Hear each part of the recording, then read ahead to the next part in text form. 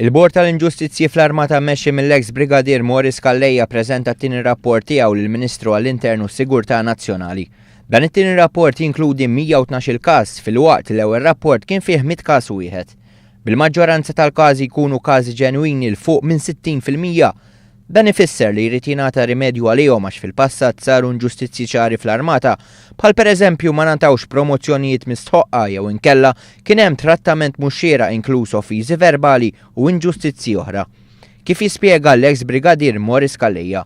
Kien hemm każi ġenwini, kien hemm waħda kellha accident bil-karozza u ovvjament korrit serjament, tant korrit kellha t-tifel jew tifla tagħha mititilha fl-inċident u ovvjament kellha perjodu twil ta' recuperation. U għax għamlet da' żmien kollu neqsam il-barracks, ma tawx il-promotion li kienet meritata.